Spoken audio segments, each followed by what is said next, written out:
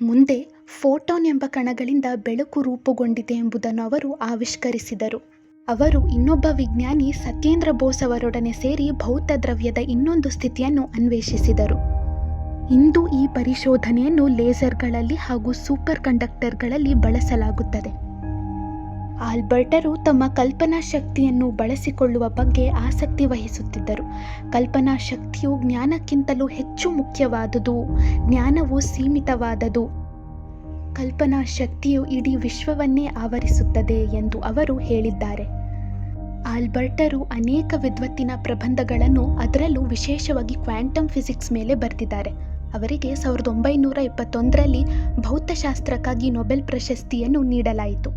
ಅವರು ತಮ್ಮ 76ನೇ ವರ್ಷದಲ್ಲಿದ್ದಾಗ, ಅಂದರೆ 1955ರ ಏಪ್ರಿಲ್ 18ರಂದು ಇಹಲೋಕ ತ್ಯಜಿಸಿದರು. ಐನ್ಸ್ಟೀನರು ಅತ್ಯಂತ ಪ್ರಭಾವಿ ವಿಜ್ಞಾನಿಯಾಗಿದ್ದಾರೆ.